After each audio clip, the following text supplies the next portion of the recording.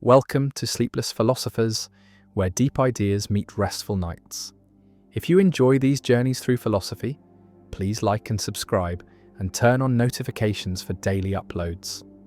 To support the channel, consider leaving a super thanks. Any amount helps us continue creating content. You can also become a member to request video topics. We're not monetized, so your support truly makes the difference. Now let the philosophy begin.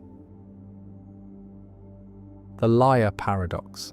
There exists a statement so simple that it collapses the foundations of truth itself. A sentence that devours its own meaning the moment it is spoken. And this is the liar paradox, a loop that has haunted logicians and philosophers for over 2,000 years. The paradox is most famously expressed in a single declaration: this statement is false, and the mind recoils at what follows. For if the statement is true, then it must be false as it claims. But if it is false, then it must be true because it correctly identifies itself as false. And so the cycle begins again, spiraling endlessly, without resolution, without escape. The ancient Greeks were the first to wrestle with this demon of language, and Epimenides, the Cretan, is often credited with an early version when he declared that all Cretans are liars, which implies that if he himself is a Cretan, then his statement must be a lie, which means Cretans might actually tell the truth, which means his statement might be true, which means it is false again, and the contradiction churns without mercy. Philosophers have spent centuries trying to solve or dissolve the paradox, and some argue that self-referential statements like this are simply meaningless, that language breaks down when it tries to refer to itself in this way, while others suggest that truth is not binary, but exists on a spectrum, allowing for statements that are neither fully true nor fully false, hovering in some undefined space between.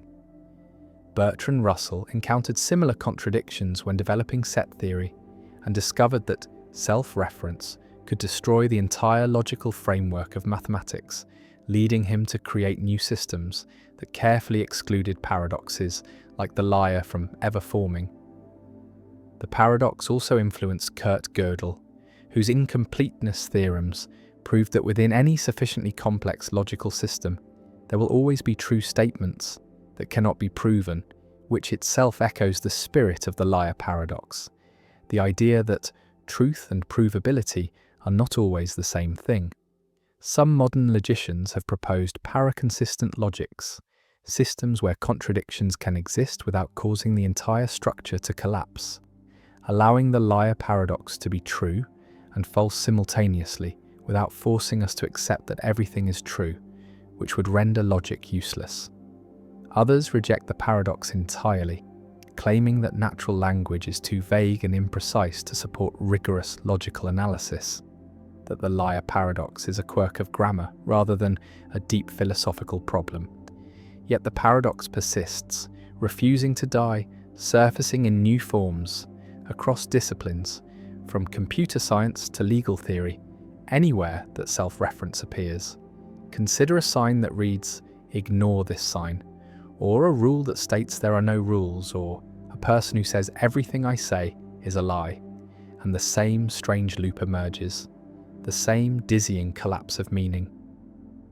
The liar paradox forces confrontation with the limits of language, logic, and truth itself, suggesting that reality may not always fit neatly into categories of true and false, that some truths may be inherently unstable, slipping through the fingers the moment they are grasped.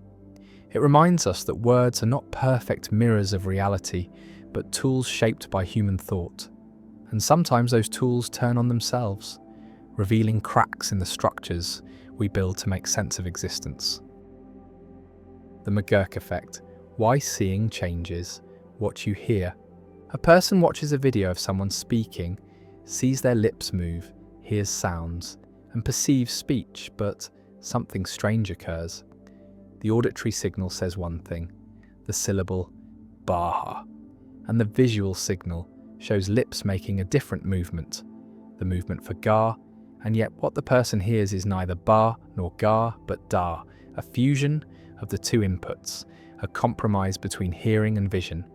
And this is the McGurk effect, discovered by psychologist Harry McGurk in 1976, a robust illusion showing that speech perception is multimodal, integrates auditory and visual information.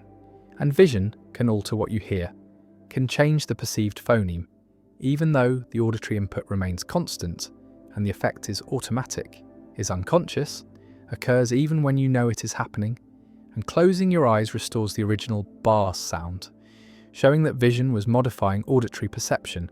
And the McGurk effect reveals that perception is not modality specific, but is multimodal, that different senses interact, that seeing influences hearing and hearing influences seeing, and perception is a unified process that integrates information from multiple sources.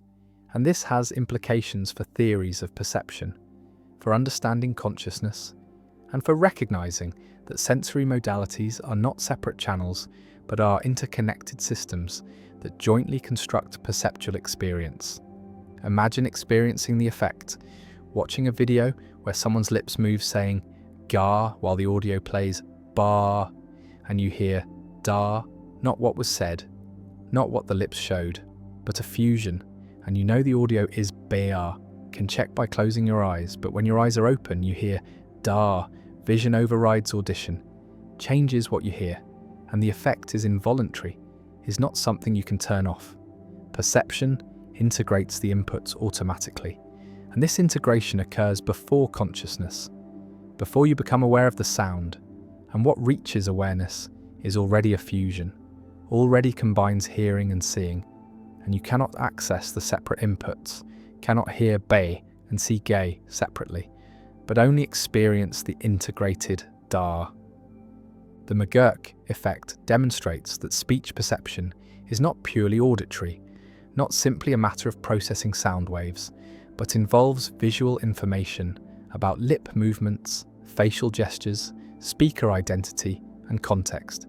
And the brain combines these sources, weighs them according to reliability, and produces a unified percept.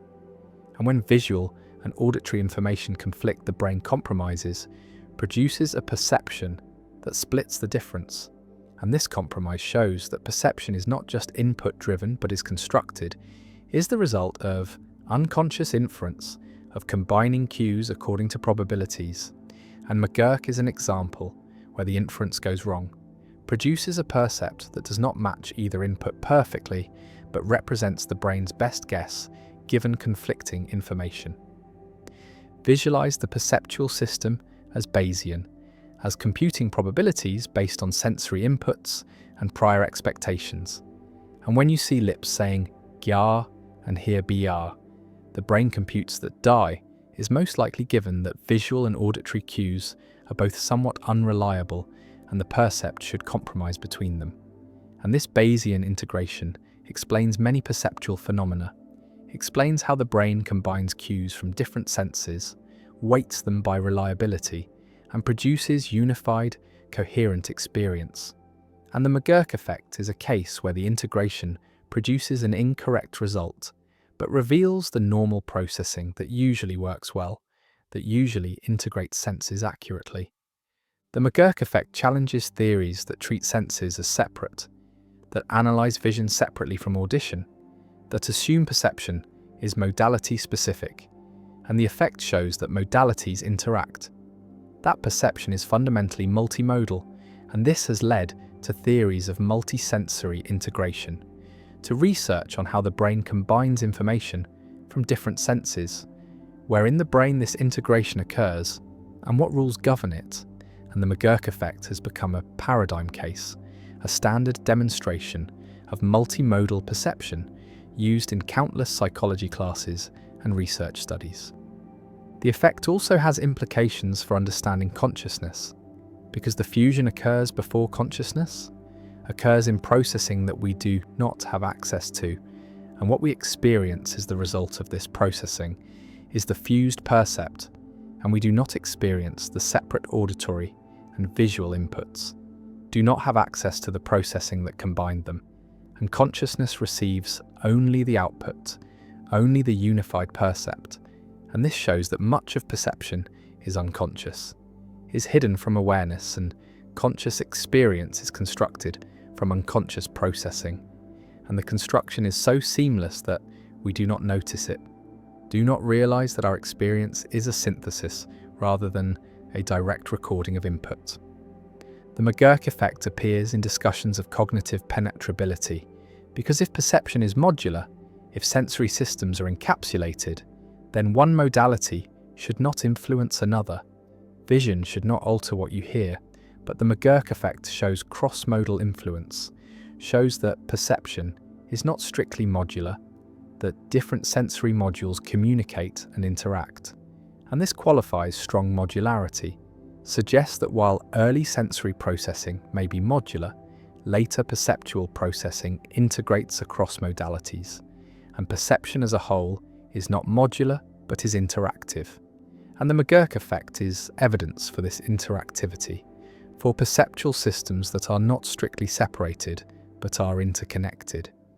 The effect also has practical implications for understanding speech perception in noisy environments, for designing hearing aids that take advantage of visual information, for developing virtual reality systems that create convincing multimodal experiences, and for understanding how perception can be manipulated, how illusions can be created through conflicting sensory cues.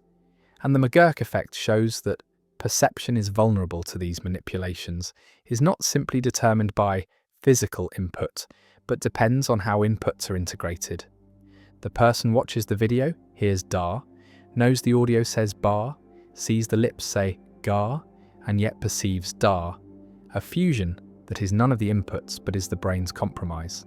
And the McGurk effect persists, demonstrates multimodal integration, challenges modular theories, reveals unconscious perceptual processing, and stands as one of the most famous demonstrations in cognitive psychology. A simple effect that reveals deep truths about how perception works, how senses interact, how consciousness is constructed from unconscious processes, and the effect remains robust and automatic, a permanent feature of human speech perception, showing that seeing changes, hearing, that perception is unified, that the brain constructs experience from multiple sources, and the fusion continues. Da heard when ba was spoken, and ga was seen, and the McGurk effect endures. The omniscience paradox. Can God know what it's like to not know everything? A theologian declares that God is omniscient, all-knowing, possessing complete and perfect knowledge of everything that can be known, every fact, every truth, every possibility, past, present, and future.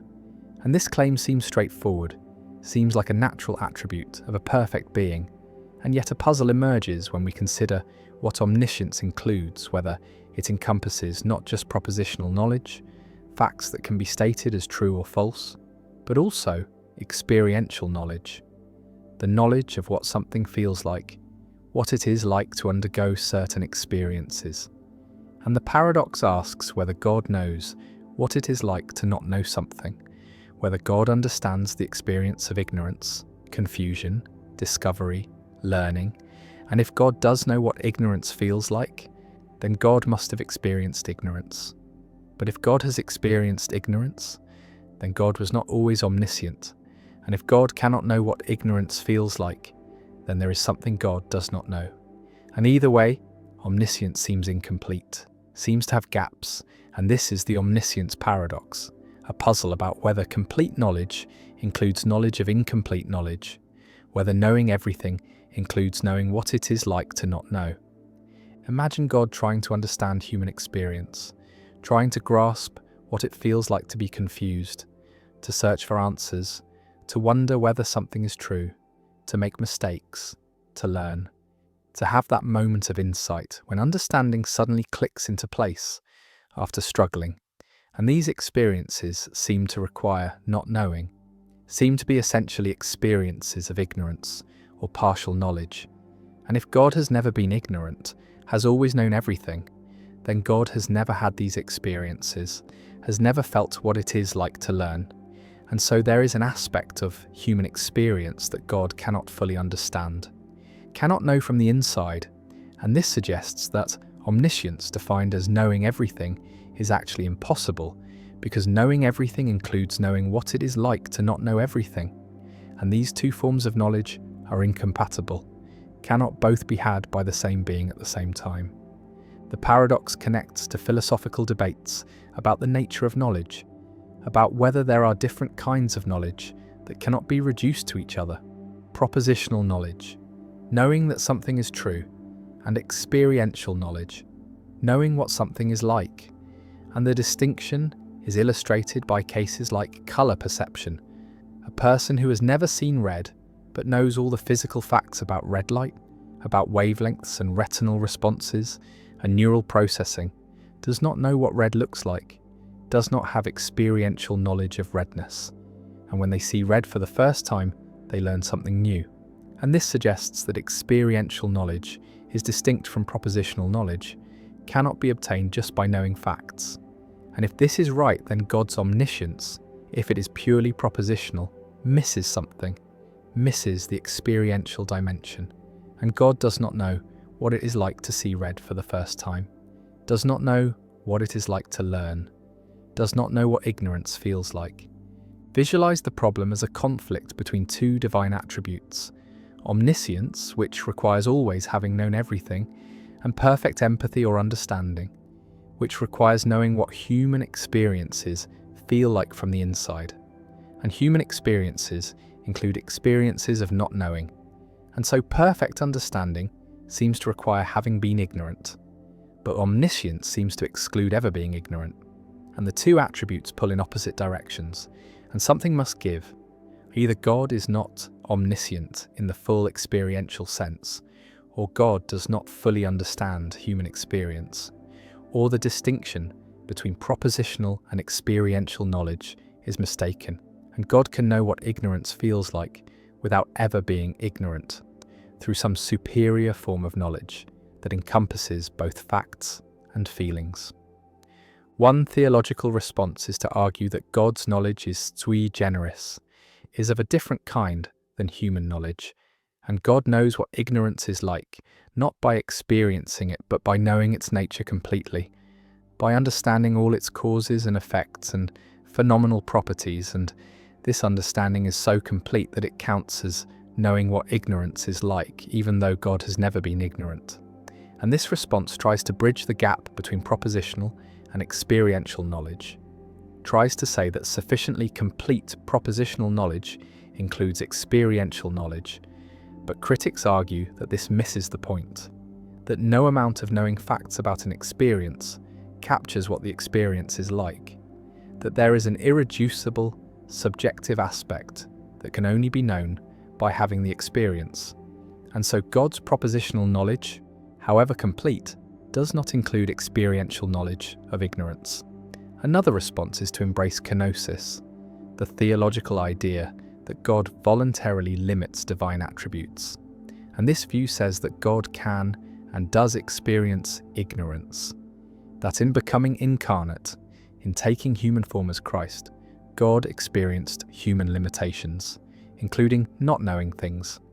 And the gospel accounts support this, showing Jesus learning, growing in wisdom, not knowing when the end times would come. And this shows that God can experience ignorance without ceasing to be God, that omniscience is not essential to divinity, but is a power that can be set aside. And this resolves the paradox by denying that God is always omniscient, accepting that there are times when God voluntarily limits divine knowledge. But this creates new puzzles about whether a being that is not always omniscient can be called omniscient, and whether divine attributes can be temporary. A third response distinguishes between different kinds of ignorance, between merely not knowing a fact which God never experiences, and the phenomenology of searching for knowledge, the feeling of curiosity and discovery, which God might be able to simulate or understand through analogical reasoning, and God knows what it would be like to be in a state of ignorance, even though God is never actually in such a state. Just as someone who has never been to Mars might know what it would be like through detailed scientific knowledge and imagination, and this response tries to preserve both omniscience and experiential understanding by making experiential knowledge a form of imaginative or counterfactual knowledge. But again, critics argue that simulating or imagining an experience is not the same as having it, that there is a difference between knowing what it would be like and knowing what it is like, and God's simulated ignorance is not real ignorance and does not provide the experiential knowledge that the paradox concerns. The omniscience paradox also raises questions about divine immutability, the claim that God does not change, because if God learns or discovers anything, then God changes, gains knowledge that was previously lacking, and this violates immutability. And so perfect knowledge seems to require having always known everything, never learning, never being surprised, and yet this static, eternal knowledge seems incompatible with understanding temporal beings who do learn and are surprised, and reconciling omniscience and immutability with understanding human experience remains a challenge for classical theology. The paradox extends beyond ignorance to other experiential states. Does God know what it is like to be tempted, to feel desire for something forbidden, to struggle with moral choice? And if God is perfectly good, necessarily good, then God cannot be genuinely tempted, cannot feel the pull of evil, and so there is an aspect of human moral experience that God cannot know from the inside, and this creates distance between divine and human experience, suggests that God's understanding of humanity is necessarily incomplete, necessarily limited by God's perfection, and this is ironic, that God's perfection prevents complete understanding, that to fully know what it is like to be human, God would have to be imperfect, would have to experience weakness and ignorance and temptation, and these are incompatible with divine perfection. Some theologians embrace this limitation, argue that God's knowledge is perfect for a perfect being, but does not include the experiential knowledge of imperfection. And this is not a defect but a feature, a reflection of God's nature. And just as we do not think a perfect circle is defective because it is not a square, we should not think God is defective because God does not know what ignorance feels like, because such knowledge is incompatible with perfection. And the paradox assumes that all knowledge is good and more knowledge is always better. But perhaps some kinds of knowledge are only available through imperfection, and lacking them is not a limitation but a consequence of being perfect. Others reject omniscience entirely, argue that it is an incoherent concept, that complete knowledge is impossible, that there are always things that cannot be known, experiential states that require imperfection, future free choices that are not yet determined, logical truths that exceed any finite or infinite mind's capacity to grasp all at once. And if omniscience is impossible, then God is not omniscient, but this does not diminish God, does not make God less than perfect, because perfection means having all attributes that it is possible to have, not having impossible attributes. And omniscience, like omnipotence, when examined carefully, turns out to be impossible. And so God is not omniscient, but maximally knowledgeable, knows everything that can be known, and this is sufficient for divinity. God stands outside time, knowing all facts, all truths, all possibilities, and yet there is a gap, an experiential gap. God does not know what it feels like to search, to wonder, to be wrong, to learn.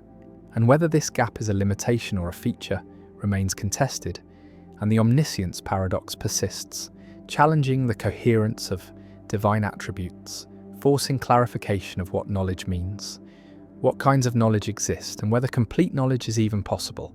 And the paradox remains unresolved, a permanent fixture in philosophy of religion, a reminder that even the most basic divine attributes, even the claim that God knows everything, conceal complexities and contradictions that philosophy continues to explore. The paradox of choice, why having everything makes us want nothing. A shopper stands in the cereal aisle of a modern supermarket, surrounded by hundreds of options, dozens of brands, each offering multiple varieties, chocolate cereals and fruit cereals and granola and organic options and sugar-free options and high-fiber options. And the shopper came with a simple goal: to buy cereal, but now faces a wall of choices, and minutes pass. Then more minutes, as the shopper reads labels, compares prices, weighs nutritional content against taste preferences, and the simple task becomes exhausting, becomes overwhelming, and eventually the shopper either picks something randomly just to escape the aisle, or leaves without buying anything at all, paralyzed by too many options. And this is the paradox of choice, articulated by psychologist Barry Schwartz. The observation that while having some choice is better than having none, having too many choices can actually make us worse off, can lead to decision paralysis, anxiety, dissatisfaction, and regret.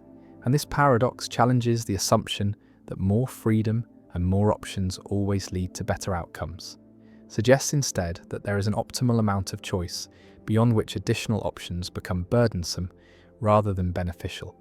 Imagine living in a world with few choices, a small village where there is one type of bread, one kind of shoe, limited options for occupation and lifestyle, and people generally wear what everyone wears, eat what everyone eats, follow the paths that tradition provides.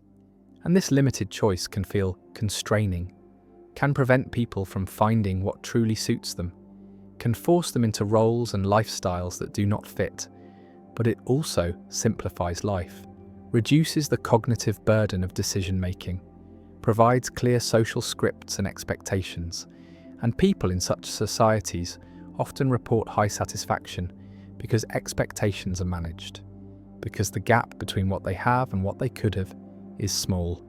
And now contrast this with modern, affluent societies where choice proliferates endlessly, where every decision, from what to eat for breakfast to what career to pursue, involves navigating vast option spaces. And while this freedom allows for personalization, allows people to find exactly what they want, it also creates anxiety, creates the constant question of whether a better option exists, whether the choice made was optimal. And this anxiety erodes satisfaction even when the chosen option is good, because the existence of unchosen alternatives haunts a decision. The paradox operates through several psychological mechanisms. First is decision paralysis. When faced with too many options, the cognitive load of evaluating them becomes overwhelming. And rather than carefully comparing all options, people either make hasty decisions to escape the complexity or defer the decision entirely, avoid choosing at all. And this is why offering more product varieties can sometimes decrease sales, why adding options can reduce rather than increase engagement, because each additional option adds to the burden of decision making, and at some point the burden exceeds the benefit and people opt out.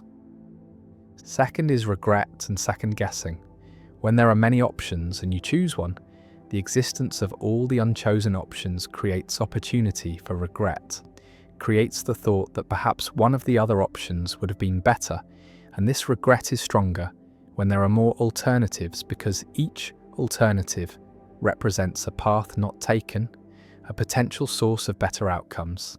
And so the chosen option must compete not just with reality, but with imagination, with idealized versions of what the unchosen options might have provided, and actual outcomes rarely exceed these idealized counterfactuals. And so satisfaction decreases even when the choice is good, and this effect is amplified when choices are reversible, when you can change your mind, because reversibility keeps all options perpetually open, prevents commitment, prevents the psychological closure that comes from accepting a decision as final. Third is the escalation of expectations. When there are few options, we expect less. We accept what is available and feel grateful if it is good. But when there are many options, we expect to find exactly what we want, expect the perfect fit, and our standards rise. And this rising threshold means that good outcomes feel merely adequate rather than excellent. And satisfaction depends not on absolute quality, but on the gap between expectations and reality. And more choice raises expectations faster than it improves outcomes. And so, the net effect is decreased satisfaction, despite better products and more freedom. Visualize a graph with number of options on one axis and satisfaction on the other, and the relationship is not linear but inverted U-shaped. Satisfaction rises as options increase from 0 to some moderate number, perhaps 5 or 10, because having some choice allows people to find something that fits their preferences. But beyond that optimal point, satisfaction begins to decline, and at very high numbers of options, satisfaction may even fall below the level experienced with minimal choice, because the cognitive and emotional costs of choosing exceed the benefits of additional options. And this inverted U captures the paradox, shows that more is not always better, that optimization requires moderation, that there is such a thing as too much freedom. The paradox has practical implications for product design, marketing, and policy. Companies that offer too many products may overwhelm customers and reduce sales, while companies that curate their offerings, that limit choice to a manageable set of high-quality options, may increase satisfaction and loyalty. And this is why successful brands often limit their product lines, why Apple offers relatively few models compared to competitors, why some restaurants have short menus. The limitation is not a failure, but a strategy, a recognition that customers benefit from being protected from too much choice, from having the decision space narrowed by experts who have already done the filtering. The paradox also affects personal life and well-being. Modern individuals face an unprecedented number of choices about identity, lifestyle, career, relationships, and consumption.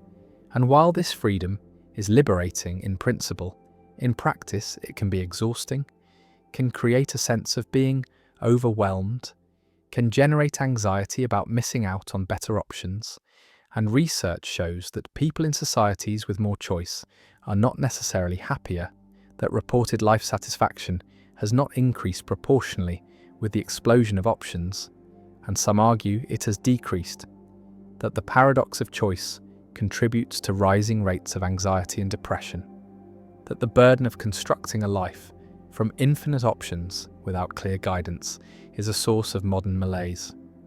One response to the paradox is to adopt satisficing rather than maximizing as a decision strategy. Maximizers seek the best option, the optimal choice, and this requires evaluating all possibilities, comparing exhaustively, and the process is endless because there is always the possibility that a better option exists somewhere. While satisficers set a threshold of good enough and choose the first option that meets that threshold, and satisficers experience less stress, less regret, and higher satisfaction because they commit to good options without torturing themselves about whether better options exist. And embracing satisficing is a way to opt out of the paradox, to limit self-imposed choice burden even when external options are numerous. Another response is to establish routines and defaults, to make decisions once and then follow the decision automatically in the future, to reduce the number of active choices required. And this is why successful people often simplify their lives, wear the same clothes every day, eat the same breakfast, follow the same schedule, not because they lack creativity, but because they recognize that decision-making is a limited resource, that every choice consumes cognitive energy, and preserving that energy for important decisions requires eliminating trivial choices through routinization. A third response is to embrace constraints, to deliberately limit options, to refuse to consider all possibilities, and this might involve setting rules like, I only shop at this store, or I only consider jobs in this city, and these self-imposed constraints reduce the choice space, make decisions more manageable, and paradoxically increase freedom by preventing paralysis, by ensuring that decisions get made rather than deferred indefinitely. And constraints are not limitations on freedom, but conditions for effective exercise of freedom, structures that enable choice rather than preventing it. The shopper stands in the cereal aisle, paralyzed by options, and eventually walks away empty-handed or grabs something arbitrarily, and the experience is repeated across modern life, in career choices and relationship decisions and consumption patterns, and the paradox persists. More choice leading to less satisfaction, more freedom creating more anxiety, And Schwartz's insight remains relevant, challenges the ideology of unlimited choice, suggests that well-being requires moderation, requires protection from too much optionality, and the paradox endures as a reminder that freedom is complex, that having options is valuable, but that value has limits, that beyond a certain point additional options become burdens rather than benefits. And the challenge for individuals and societies is to find the optimal level of choice, the sweet spot where there is enough freedom to allow for genuine self-determination, but not so much that the burden of choosing overwhelms the benefit of having chosen. And the paradox remains a feature of modern affluent societies, a price paid for abundance, and a problem that requires not more choice but wiser choice, not more options but better frameworks for navigating options. And the cereal aisle waits, endless and overwhelming, and the shopper eventually learns to bring a list to decide in advance, to opt out of the paradox by refusing to treat every shopping trip as an opportunity for exhaustive optimization. The paradox of free will, why choice seems both real and impossible. A person stands at a crossroads, two paths diverging, and must choose which way to go. And the person deliberates, weighs options, considers consequences, and makes a decision, chooses one path. And this choosing feels free, feels like the person could have chosen otherwise, like the decision was truly up to them, genuinely within their control. And yet the person's decision is the result of brain processes, is caused by prior states of neurons, by chemical reactions, by electrical signals, and these processes are themselves caused by earlier states, by genetics and experience and current circumstances, and the chain of causation extends back through the person's life, through evolution, through the physical history of the universe. And at no point in this causal chain is there a break, a moment where cause gives way to free choice, where determinism is suspended. And if every event has causes, if the present is determined by the past plus the laws of physics, then the person's decision was determined long before the moment of choosing, was inevitable given prior conditions. And the feeling of free choice is an illusion. The decision was never really up to the person, could not have been otherwise. And this creates the paradox of free will, the apparent incompatibility between the subjective experience of freedom and the objective reality of causal determination. Between the feeling that we choose and the fact that our choices are caused, and this paradox has troubled philosophers for millennia, generated enormous literature, produced multiple attempted solutions, but never achieved consensus. And the problem persists as one of the central questions in philosophy, ethics, and the nature of human agency. Imagine the person's brain at the moment of decision, neurons firing in specific patterns, dopamine and serotonin modulating activity, and these patterns cause the decision, determine which path is chosen, and the patterns themselves were caused by prior brain states, by sensory inputs, by memories activated, by emotional states, and these prior states had their own causes, and the causal chain is unbroken, and nowhere in this chain is there room for free will, for choices that are not caused, for decisions that could have been different given exactly the same prior conditions.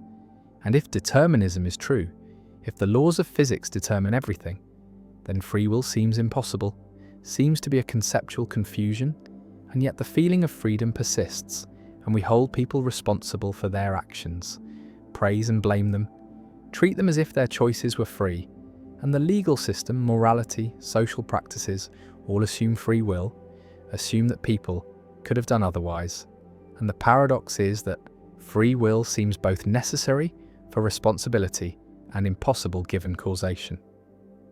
The paradox generates three main positions: compatibilism, which says free will is compatible with determinism, incompatibilism, which says they are incompatible, and libertarianism, not political libertarianism, but metaphysical libertarianism, which accepts incompatibility and argues that determinism is false, that humans have genuine free will, and different philosophers defend each position with different arguments, and no consensus emerges, and the debate continues, and the paradox remains unresolved, and perhaps unresolvable, and this might reflect a deep feature of human existence, that we cannot escape the feeling of freedom, even if we become convinced intellectually that freedom is impossible, that the first-person perspective of deliberation requires treating ourselves as free even if the third-person perspective of science shows that we are determined. Visualize determinism as a timeline. The state of the universe at one time, plus the laws of physics, determines the state at the next time. And this determination is complete, includes everything, includes brain states and decisions, and the timeline is like a film that has already been recorded, and we are living through it, experiencing events as they unfold. But the sequence is fixed, was fixed by initial conditions billions of years ago, and our decisions as frames in this film are determined by previous frames. And no alternative timeline is possible given the initial conditions and the laws. And if this picture is correct, then the feeling of having options, of being able to choose differently, is illusory. We could not have chosen differently. The decision was already encoded in the prior state of the universe, and we are not free. Compatibilists respond that this picture misunderstands what free will requires, that free will does not require the ability to have chosen differently given exactly the same prior conditions, does not require breaking the causal chain, but only requires that our choices flow from our own desires, values, character, that we are not coerced, not forced, not manipulated, and as long as the person's decision resulted from their own deliberation, their own reasons, they acted freely, even though their deliberation was caused, even though their reasons were determined. And free will is compatible with determinism because free will is about the source of action, about whether it comes from the agent's own psychology, not about whether it is uncaused.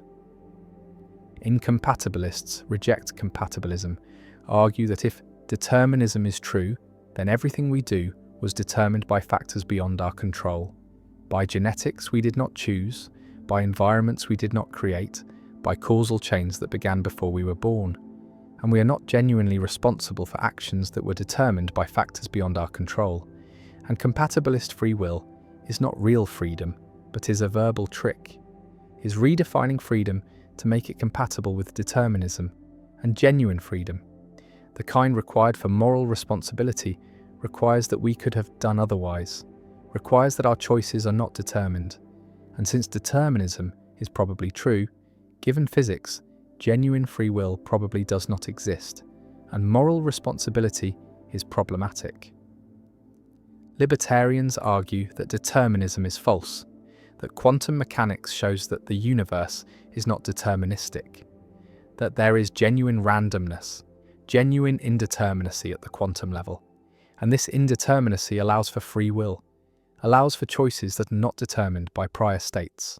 But critics respond that randomness is not freedom, that random neural processes do not give us control over our actions, do not make us responsible, and adding randomness to determinism does not create free will, creates only determinism plus chance, and neither determination nor chance gives us the control required for responsibility. The paradox of free will also has practical implications for criminal justice, for morality, for how we treat each other, because if free will is an illusion, then punishment seems unjustified, seems cruel, and blame seems inappropriate, and we should respond to harmful behaviour with rehabilitation or prevention rather than retribution. And yet the practice of holding people responsible seems essential to social life, seems unavoidable even if philosophically problematic, and we continue to blame and praise, punish and reward, as if free will exists, and perhaps this is necessary. Perhaps human social life requires treating people as responsible, even if the metaphysical foundations are shaky. The person stands at the crossroads, deliberates, chooses, and walks down one path, and whether this choice was free remains disputed, remains one of philosophy's hardest questions, and the paradox endures, Free will seems both essential and impossible, both real and illusory, and the tension between these perspectives remains unresolved, and perhaps the tension is permanent, is a feature of human existence that cannot be eliminated, that we must live with the subjective feeling of freedom while recognizing the objective reality of causation, and the paradox of free will persists as a permanent puzzle about human agency, about responsibility, about whether we are authors of our actions or merely characters in a predetermined story. And the question remains open, continues to generate debate, continues to matter for ethics and law and self-understanding. And the crossroads remains, the paths diverge, the choice is made, and whether it was truly free remains one of philosophy's deepest and most enduring questions. The paradox of the ravens, yet another formulation of Hempel's problem. The paradox appears under multiple names because different philosophers have formulated it independently or emphasized different aspects. And the paradox of the ravens is essentially identical to the paradox of confirmation and to the raven paradox, all referring to Hempel's discovery that observing non-black non-ravens logically confirms the hypothesis that all ravens are black. And this formulation emphasizes the ravens themselves, emphasizes that the hypothesis is about a specific class of objects, ravens, and yet evidence can come from observing completely different objects, apples and shoes and clouds, and the paradoxical nature lies in this disconnect between what the hypothesis is about and what confirms it, between the subject matter and the evidence, and calling it the paradox of the ravens highlights this strange relationship, makes explicit that ravens are the subject of the hypothesis, but need not be the subject of confirming observations. The multiplicity of names reflects the paradox's importance, its centrality to philosophy of science, because a problem this fundamental is rediscovered repeatedly, is approached from different angles, and each formulation brings slightly different emphasis, highlights different aspects of the puzzle, and some formulations focus on confirmation theory, on the formal logic of evidence, while others focus on scientific practice, on what scientists actually do when testing hypotheses, and still others focus on intuitions, on the clash between logical conclusions and common sense judgments. And all these perspectives are valuable, all contribute to understanding the paradox, and the proliferation of names is a sign of the paradox's richness, its ability to raise questions at multiple levels, from technical issues in confirmation theory to broad questions about scientific method. The paradox also connects to debates about Bayesian versus frequentist approaches to statistics and inference, because Bayesians have a ready answer to the paradox, can explain using Bayes' theorem why red apples confirm that all ravens are black, but provide only negligible confirmation, while frequentists struggle more, find it harder to explain the asymmetry between observing ravens and observing non-ravens. And this has led some philosophers to see the raven paradox as evidence for Bayesianism, as showing that Bayesian methods are better equipped to handle confirmation than classical approaches, though others argue that the paradox is not decisive, that various approaches can accommodate it with appropriate modifications. The paradox remains a standard topic in philosophy curricula, a problem that every student encounters, and despite its age, despite being formulated in the 1940s, it continues to generate discussion, continues to appear in new papers and books, because it is simple enough to explain quickly, deep enough to sustain extended analysis, and challenging enough that no solution is universally accepted. And this combination makes it pedagogically valuable and philosophically important, a paradox that serves both as an introduction to philosophy of science and as a topic for advanced research. The ravens circle overhead, black against the sky, and each sighting confirms what we already believed, that ravens are black, and elsewhere apples sit in bowls, red and green and yellow, and logic says these two are evidence about ravens, and the paradox persists, a permanent feature of confirmation theory, a problem that every account of scientific reasoning must address. And the paradox endures under its many names, always the same underlying puzzle, always the same challenge to explain how evidence works, what confirms hypotheses, and why common sense and formal logic sometimes diverge. And the paradox of the ravens remains, waiting for each new generation of philosophers to confront it, to propose solutions, to argue about confirmation, and to recognize that even basic concepts in science conceal philosophical depths that resist easy resolution. The phantom limb. Paradox: why missing body parts still feel present. A soldier loses an arm in combat. The limb is amputated, no longer exists, no longer is connected to the body, and yet the soldier feels the arm, feels it present, feels sensations in fingers that are not there, feels the arm moving, feels it itching, feels pain in the missing hand. And this sensation is vivid, is compelling, is indistinguishable from sensations in real limbs. And this is the phantom limb phenomenon experienced by the vast majority of amputees, where missing body parts continue to be felt, continue to be represented in consciousness. And the paradox is that the brain maintains a representation of a limb that no longer exists, continues to generate sensations attributed to that limb, continues to include it in the body schema, despite clear evidence from vision and from direct inspection that the limb is absent. And this persistence reveals something deep about how the brain constructs body representations, shows that body schemas are not simply reflections of current physical structure, but are neural constructs that can outlive the body parts they represent. And phantom limbs demonstrate that the sense of embodiment is generated centrally, is maintained by brain processes that do not require peripheral input. And the phenomenon raises questions about the relationship between body and brain, about how sensations are localized, about what it means for a body part to be yours when that part no longer exists. Imagine the experience from the inside. You lost your hand months ago. The physical hand is gone, and yet you feel it. Feel the fingers, can feel yourself making a fist, opening the hand, moving fingers that are not there. And these phantom movements feel exactly like real movements, involve the same motor intentions, the same kinesthetic sensations. And sometimes the phantom hand is in uncomfortable positions, cramped or twisted, and you cannot move it, cannot relieve the discomfort. And this frozen phantom is intensely frustrating, is painful, because you feel the limb but cannot control it, cannot adjust it. And the pain is real, is neurological, is generated by the brain but is felt as coming from the missing hand.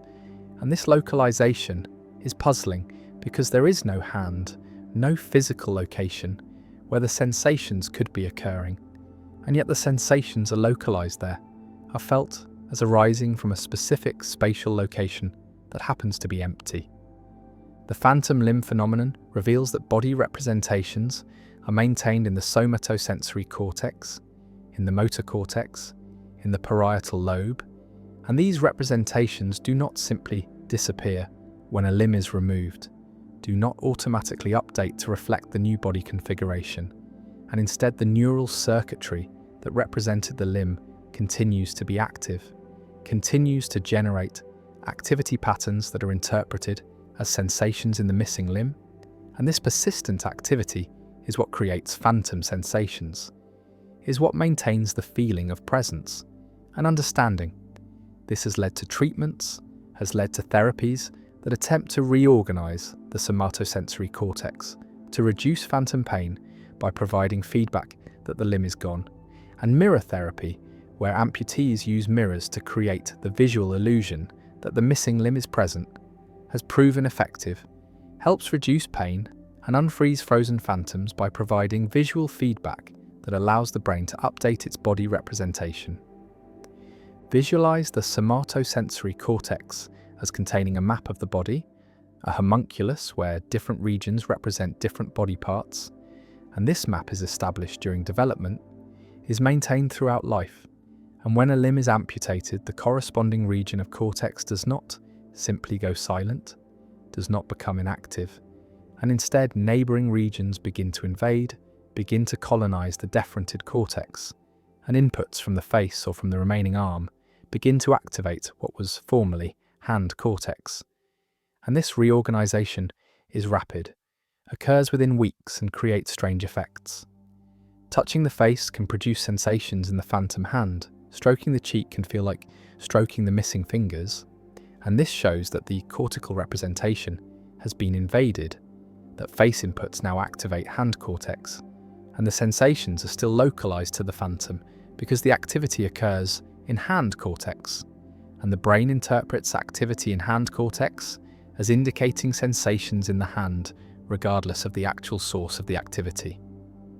The phantom limb paradox challenges the idea that sensations are simply caused by peripheral stimulation, shows that sensations can be generated centrally, can arise from brain activity without corresponding peripheral events, and this has implications for understanding pain, for recognizing that pain is not simply a signal from damaged tissue, but is a constructed experience that can occur without tissue damage, and chronic pain. Phantom pain, neuropathic pain are all examples of centrally generated sensations, are pains that arise from neural processes rather than from peripheral injury. And understanding phantom limbs helps understand these pain conditions, helps develop treatments that target the central nervous system rather than the periphery. The phenomenon also raises philosophical questions about the extended mind, about whether the body is part of the mind or is merely a tool used by the mind, and phantom limbs suggest that the body representation is part of the mind, is a core component of self-representation, and the representation persists even when the body part is gone. And this shows that the mind includes representations of the body, includes body schemas that are not simply passive reflections of physical structure, but are active constructs that shape experience. And the phantom limb is a representation without a referent, is a body part in the mind, but not in the world. And this dissociation shows that minds represent bodies, and representations can outlive what they represent.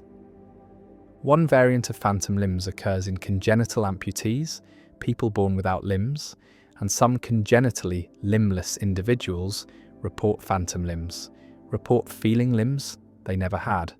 And this is surprising, suggests that body schemas are not entirely learned, are not simply acquired through experience with actual body parts, but have some innate component, are partly specified by genetic programs that establish expected body structure. And when these programs run, they generate representations of limbs, even when those limbs never existed. And this shows that body schemas are not simply empirical generalizations from sensory experience, but are structured expectations about what bodies should be like. And the brain generates these representations even in the absence of corresponding body parts. Another implication concerns prosthetics, because if phantom limbs persist, if amputees continue to feel missing limbs, then prosthetics should be designed to interface with these phantom sensations, should provide feedback that is integrated with the phantom, and neuroprosthetics that read motor intentions from the brain or from remaining nerves can be controlled by the phantom, can allow amputees to move prosthetic limbs by moving their phantom limbs. And this creates a seamless interface, allows natural control, and the phantom limb, rather than being a problem, becomes a solution, becomes the interface between brain and prosthetic. And understanding phantoms has been crucial for developing advanced prosthetics that feel natural, that are experienced as extensions of the body rather than as external tools.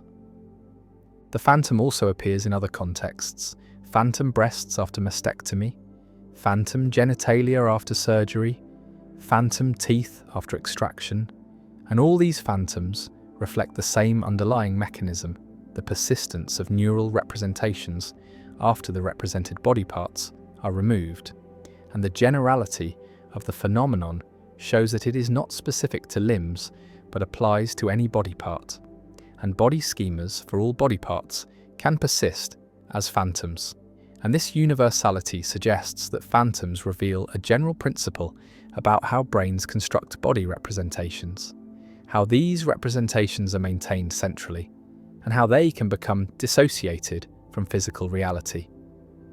The amputee feels the hand, phantom fingers that are not there, phantom movements that cannot occur, phantom pain in a location that does not exist, and the paradox persists. The brain maintains a representation despite the absence of the represented, and phantom limbs reveal that bodies are represented in brains, that these representations are stable, are resistant to updating, are constructed during development and maintained throughout life, and removal of body parts does not remove their representations, and the phantom remains, felt but not present, localized but not located, moving but motionless, and the paradox endures as one of the most striking phenomena in neuroscience, a demonstration that consciousness includes representations that can outlive their reference, that sensations can be generated centrally without peripheral causes, and that the body we feel is not simply the body we have, but is the body the brain represents. And sometimes these diverge and phantoms emerge, ghostly presences of absent limbs, and the phenomenon persists. The predestination paradox. Time folds back on itself in strange ways, and among the strangest is the predestination paradox, a loop where an event in the past is caused by an event in the future, which is in turn caused by the past event, creating a circle of causation with no clear beginning. And yet, unlike other time travel paradoxes, this one involves no contradiction, only an unsettling sense that something is wrong with the very fabric of cause and effect. Imagine a historian who discovers an ancient artifact in a museum, a device whose origins are mysterious and unknown, and the historian becomes obsessed with understanding where it came from. And after years of research, they finally build a time machine and travel back to the era when the artifact should have been created. But upon arriving, they find no trace of it. No one has ever seen or heard of such a device. And in frustration, the historian accidentally leaves their own artifact behind in the past, where it is eventually discovered and placed in a museum, the very museum where the historian first found it centuries later. The artifact has no origin. It was never created. It simply exists in a loop, passed from future to past and back again, and the timeline is perfectly consistent. Every event follows logically from every other event. There is no contradiction, no paradox in the classical sense, and yet the mind recoils because it seems that something must have created the artifact, that objects do not simply exist without being made. The predestination paradox is closely related to the bootstrap paradox, but it emphasizes a different aspect of the problem, the idea that events can be predetermined by time travel, that the past is fixed not because of physical laws, but because travelers from the future have already shaped it, and any attempt to change history is doomed to fail because the changes have already happened. They are already part of the timeline. Consider a time traveler who learns of a great disaster and travels back to prevent it, but every action they take to stop the disaster instead contributes to causing it. Their warnings are misunderstood, their interventions backfire, and in the end, the disaster occurs exactly as history recorded, because the time traveler was always part of that history. Their presence was always woven into the events, and there was never any other possible outcome.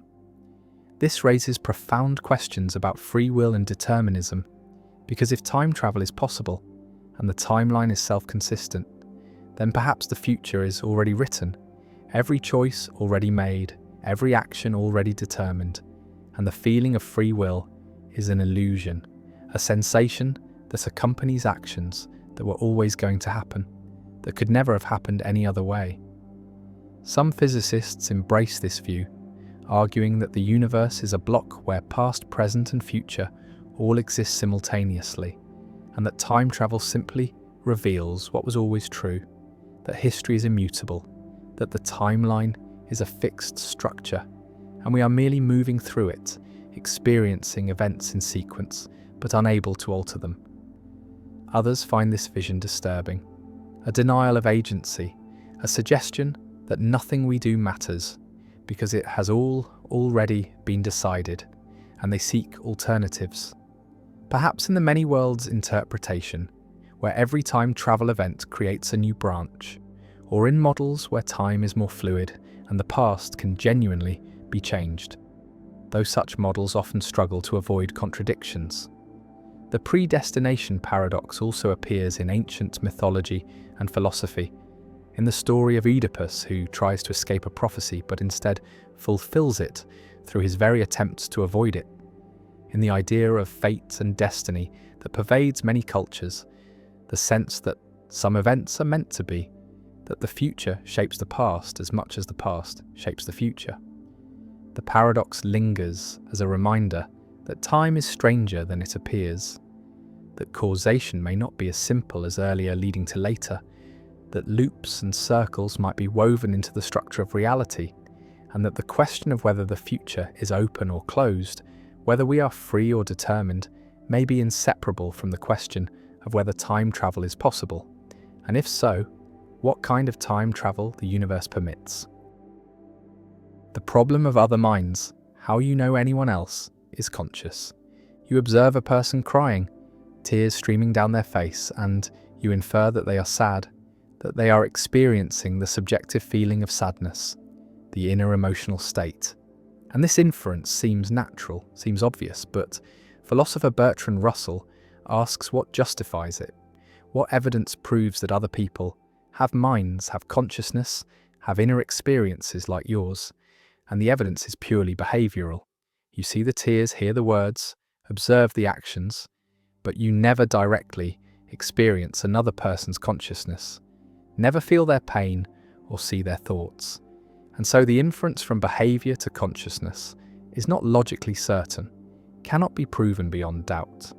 And it is logically possible, conceivably, though perhaps not believably, that other people are unconscious automata, zombies who behave as if conscious but have no inner life. And this possibility, however remote, reveals that our knowledge of other minds is inferential, is based on analogy to our own case. And this is the problem of other minds. The epistemological challenge of justifying our belief that other people are conscious, that they have subjective experiences, that they are not merely sophisticated mechanisms producing behaviour without accompanying phenomenology.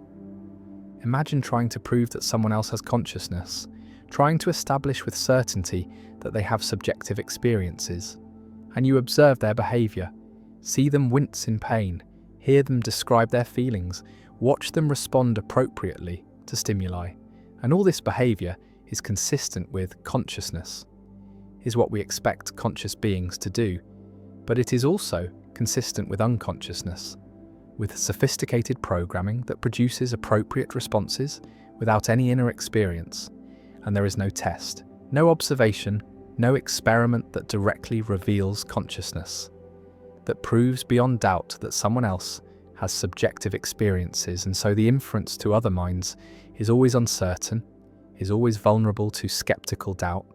And while we do not actually doubt that other people are conscious, while the skeptical scenario seems absurd, the philosophical point is that our belief cannot be proven, cannot be established with the certainty we might desire.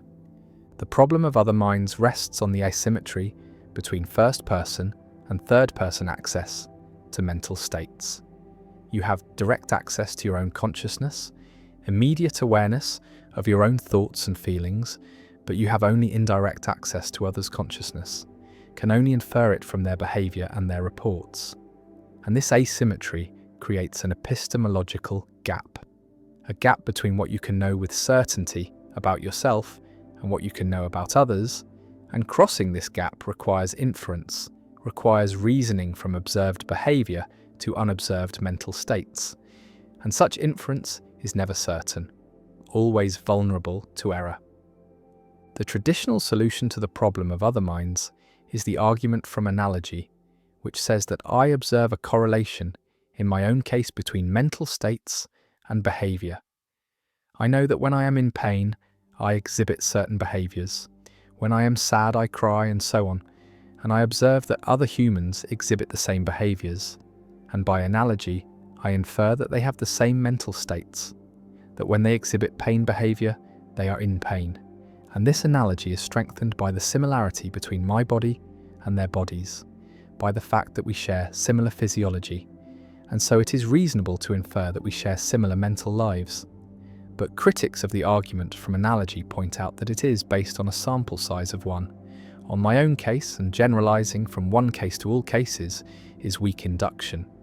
And moreover, the analogy assumes what it sets out to prove, assumes that behavioral similarity indicates mental similarity, and this assumption is precisely what the skeptic challenges. Visualize the epistemic situation. You are confined to your own consciousness, your own first-person perspective, and everyone else exists outside this perspective, exists as objects in your experience rather than as subjects with their own experiences. And the question is how you know that these objects are also subjects, also have inner lives, and the answer cannot be certain, cannot be proven, can only be inferred with greater or lesser confidence. And this realization that our knowledge of other minds is uncertain is one of the permanent features of the human epistemic situation, a gap that cannot be fully closed. Another approach to the problem of other minds appeals to the best explanation, argues that the hypothesis that other people are conscious, that they have minds, is the best explanation of their behavior, that positing consciousness explains why people speak as they do, why they report experiences, why they act purposefully, and so on. And while the zombie hypothesis, the hypothesis that people lack consciousness, is logically possible, it is not plausible, not the best explanation, and so we are justified in believing that other people are conscious, even though we cannot prove it with certainty. And this response treats knowledge of other minds as a theoretical inference, as a hypothesis confirmed by evidence, rather than a conclusion proven with certainty. A third approach, associated with Wittgenstein, questions the framework of the problem, argues that the idea of privately checking whether another person is conscious is confused, that consciousness is not a hidden inner property that might be present or absent while behavior remains the same, but is manifested in behavior, is constituted by appropriate responsiveness, and there is no gap between behavior and mind, no possibility of zombie-like creatures that behave as if conscious but lack consciousness, because consciousness just is the pattern of appropriate behavior, and the problem of other minds dissolves, because it is based on a misunderstanding of what consciousness is, treats it as an inner object rather than as a pattern of life. The problem of other minds connects to debates about artificial intelligence, about whether machines could be conscious, because the same epistemic situation applies. We observe the behavior of AI systems, see them generate text, respond to questions, exhibit apparently intelligent behavior, and the question arises whether there is consciousness behind the behavior, whether the machine has subjective experiences, or whether it is merely processing symbols without understanding. And our inability to solve the problem of other minds for humans makes the question of machine consciousness even more difficult, even more uncertain, and we face the possibility that we may never know whether AI is conscious, may never be able to prove or disprove machine sentience. The problem also has practical implications for how we treat non-human animals, for whether they have consciousness, feel pain, deserve moral consideration, and our evidence is behavioral. We see animals exhibit pain behavior, avoid harm, seek pleasure, and we infer that they are conscious, that they have subjective experiences, but the inference is uncertain. Is more uncertain the more different the animal is from us, and the problem of other minds makes it difficult to establish definitively which animals are conscious, which can suffer, which deserve protection. You see the person crying, and you believe they are sad, and you comfort them, and the interaction proceeds as if their consciousness is real, as if their suffering matters. And practically, this is enough. Socially, this is how we function. But philosophically, the question remains, how do you know? How can you prove that they are not a sophisticated zombie, that there is really someone home behind the tears? And the answer is that you cannot prove it, can only infer it, can only trust in analogy and explanation, and the shared form of life that suggests consciousness is universal among humans. And the problem of other minds persists, not as a practical obstacle, but as a philosophical recognition of the limits of knowledge, the gap between self and other, between first-person certainty and third-person inference. And the problem endures as a permanent feature of epistemology, a reminder that some things cannot be known with certainty, that consciousness is private, that the inner life of another remains always partially hidden, always known only through the indirect evidence of behaviour and report. And the crying continues, and the inference to sadness continues, and life proceeds, and the problem remains, unsolved and perhaps unsolvable, a gap that defines the epistemic situation of embodied minds, trying to know other embodied minds, and the question persists, how do you know anyone else is conscious? And the honest answer is, you do not know with certainty. You only believe with confidence but without proof. And this uncertainty is part of what it means to be human, to be a conscious being among what you believe are other conscious beings, but can never know for certain. The Raven paradox, another name for the same strange logic. The paradox stands at the intersection of logic and intuition, bearing multiple names but always presenting the same fundamental puzzle. And the Raven paradox is simply another term for what Hempel called the paradox of confirmation, the same logical structure, the same counterintuitive conclusion that observing non-black non-ravens confirms the hypothesis that all ravens are black. And the paradox is named after ravens because this particular example, chosen somewhat arbitrarily, has become the standard formulation, the canonical case study in discussions of confirmation theory.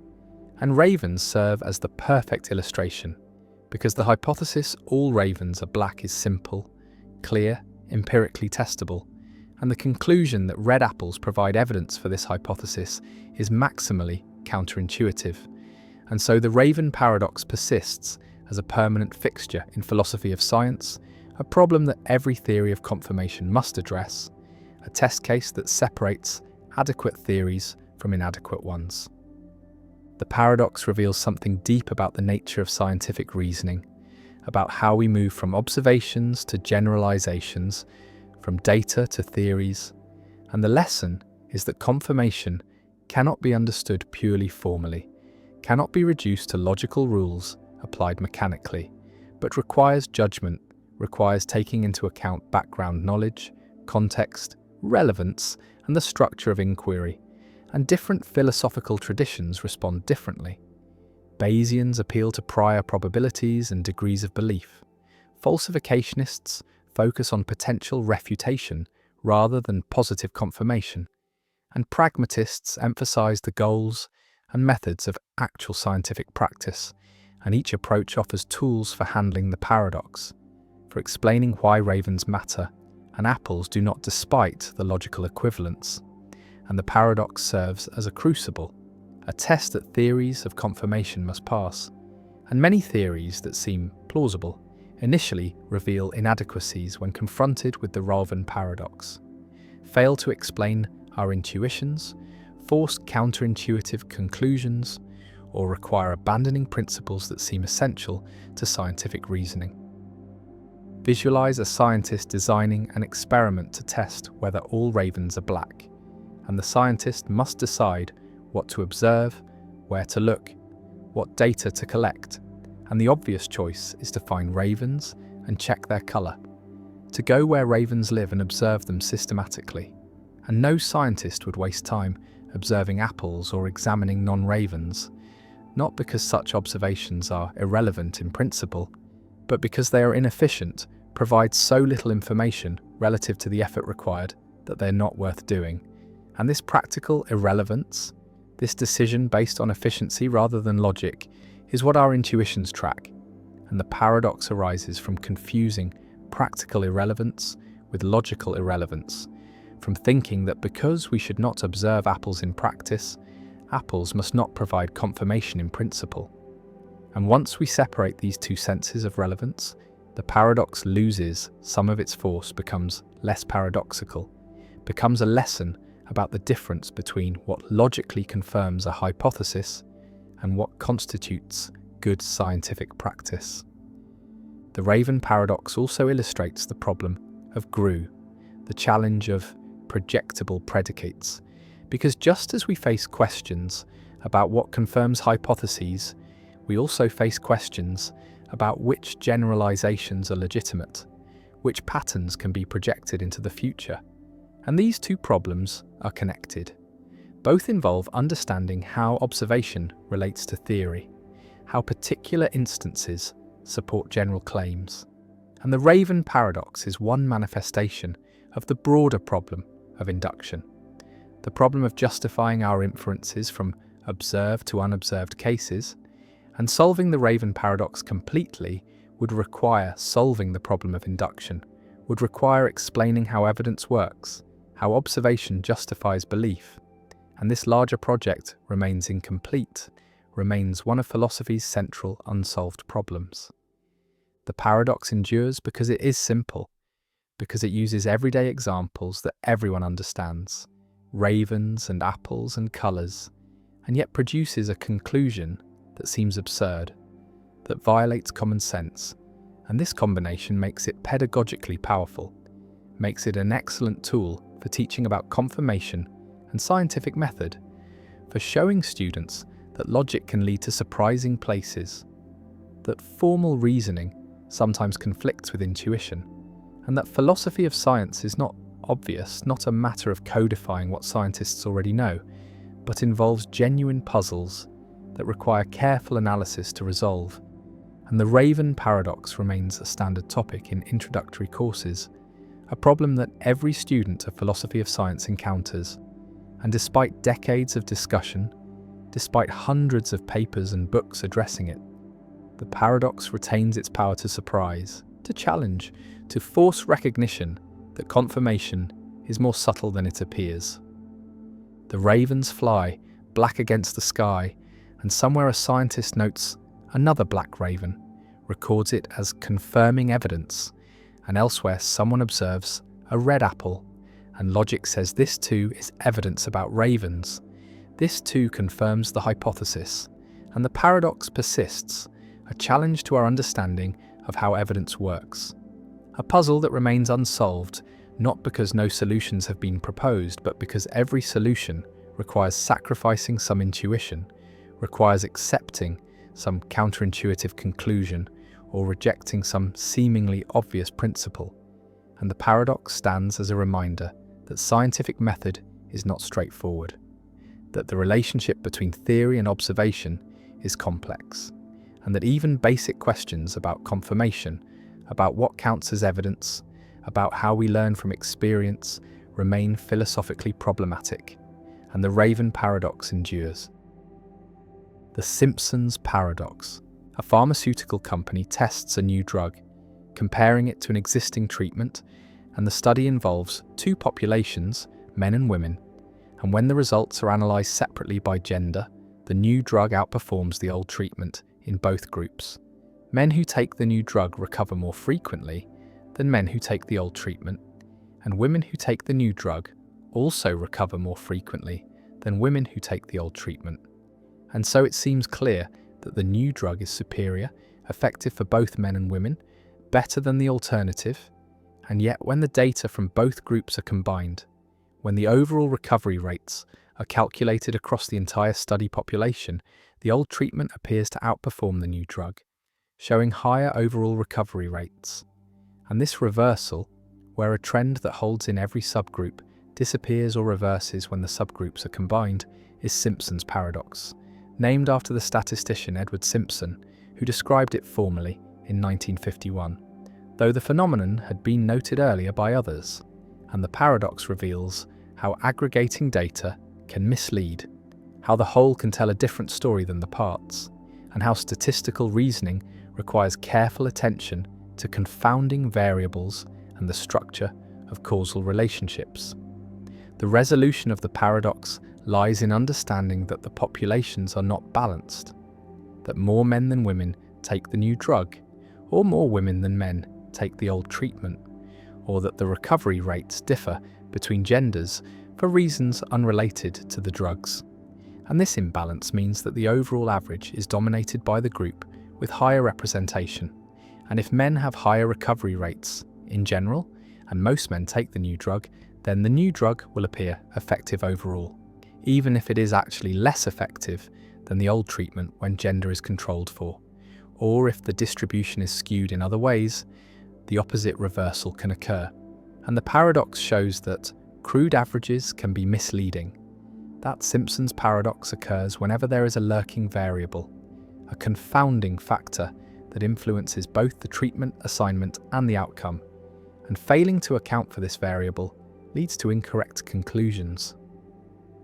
Consider a simpler example involving college admissions. Suppose a university has two departments, and Department A admits 70% of applicants, while Department B admits 30%. And when applications are examined by gender, it appears that the university discriminates against women, because the overall acceptance rate for women is lower than for men. But when the data are broken down by department, a different picture emerges. In Department A, which is less selective, a higher percentage of female applicants are admitted than male applicants, and in Department B, which is more selective, the same is true. Women are admitted at higher rates than men in both departments, and the overall appearance of discrimination arises because more women apply to Department B, which has a lower acceptance rate, while more men apply to Department A, which has a higher acceptance rate. And so even though women are favoured in both departments, they appear disfavoured overall. And this is Simpson's paradox. The confounding variable is the choice of department, which correlates with both gender and acceptance rate. And ignoring this variable produces a misleading aggregate statistic. The paradox has profound implications for how we interpret statistical data, for medical research where treatment effects can appear or disappear depending on how data are aggregated, for social science where trends in subgroups can reverse when combined, for legal cases where evidence of discrimination or bias can seem to vanish or appear depending on how populations are divided. And the paradox shows that there is no neutral or objective way to report statistics, that the choice of whether to aggregate or disaggregate, whether to control for certain variables or not, is a substantive decision that affects what conclusions can be drawn, and this decision should be guided by causal understanding, by knowledge of which variables are confounders and which are mediators. And this knowledge cannot be derived from the statistics alone, but requires background theory, domain expertise, and careful thinking about causal structure.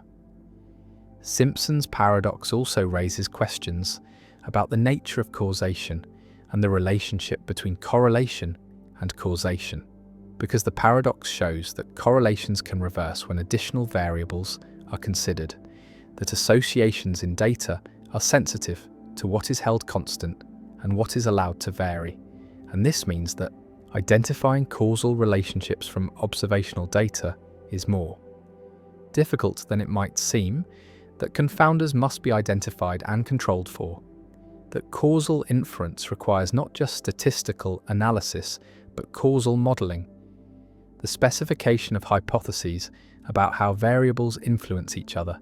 And the paradox is one reason why randomized controlled trials are considered the gold standard for establishing causation, because randomization ensures that treatment assignment is independent of confounding variables, breaking the associations that generate Simpson's paradox. The paradox appears in many real-world contexts. In sports statistics, where a player can have a better batting average than another player in every season, yet a worse average over their entire career, because they played different numbers of games in different seasons.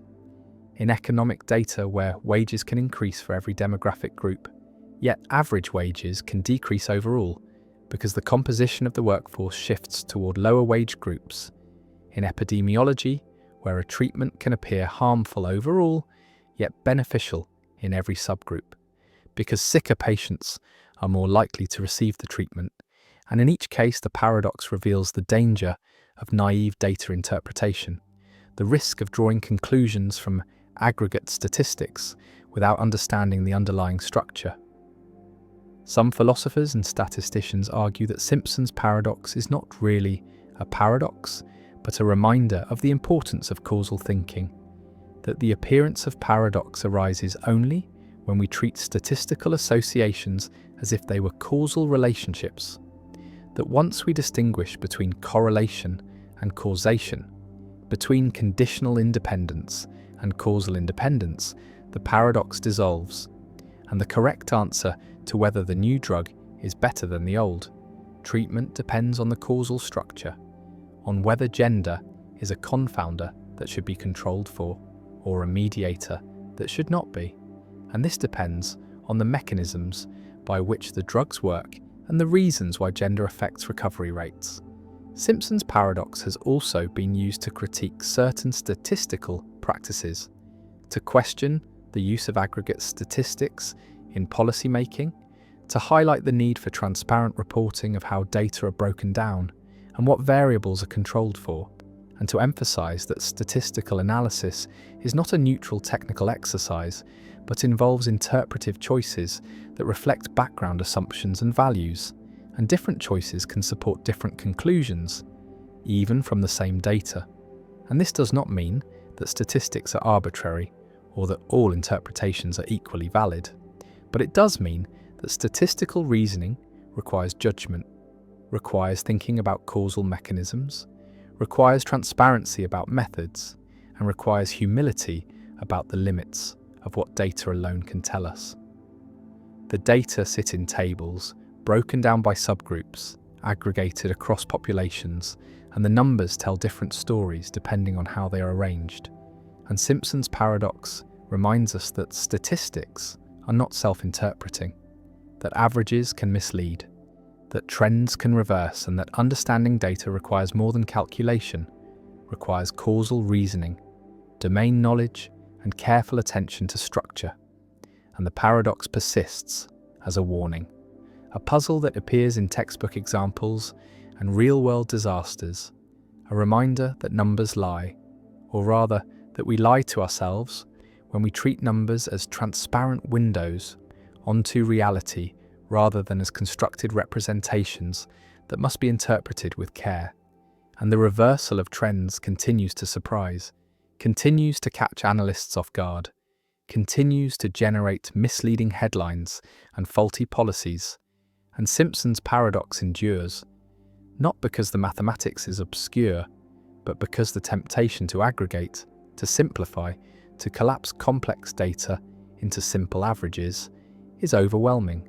And the paradox stands as a permanent challenge to that temptation, a proof that simplification can distort, that the whole is not always the sum of the parts, and that statistical reasoning, done properly, requires vigilance, sophistication, and an understanding of causation that transcends mere correlation. The split brain paradox. When one person becomes two, a patient suffers from severe epilepsy, seizures that cannot be controlled by medication, seizures that spread across the brain causing disability and danger. And as a last resort, surgeons perform a procedure called corpus callosotomy, severing the corpus callosum, the massive bundle of nerve fibers that connects the left and right hemispheres of the brain. And this procedure prevents seizures from spreading, confines them to one hemisphere, and after surgery the patient seems normal, speaks and acts as before, personality intact, memories preserved, and casual observation reveals no deficit. But careful testing reveals something extraordinary, something deeply strange. The two hemispheres have been separated, are processing information independently, are operating as two separate cognitive systems. And in certain experimental conditions, the hemispheres appear to have different perceptions, different knowledge, different intentions, and the patient, who was one person with one unified consciousness, before surgery now seems to be two persons, two separate centers of awareness inhabiting a single body, and this is the split brain paradox, a puzzle about personal identity, about the unity of consciousness, about whether consciousness is divisible, and about what counts as a person, and the phenomenon, discovered and studied extensively by Roger Sperry and Michael Gazzaniga, challenges our assumptions about the self, about the unity of the mind, and about whether consciousness is necessarily singular or could be plural within a single brain. Imagine the split brain setup.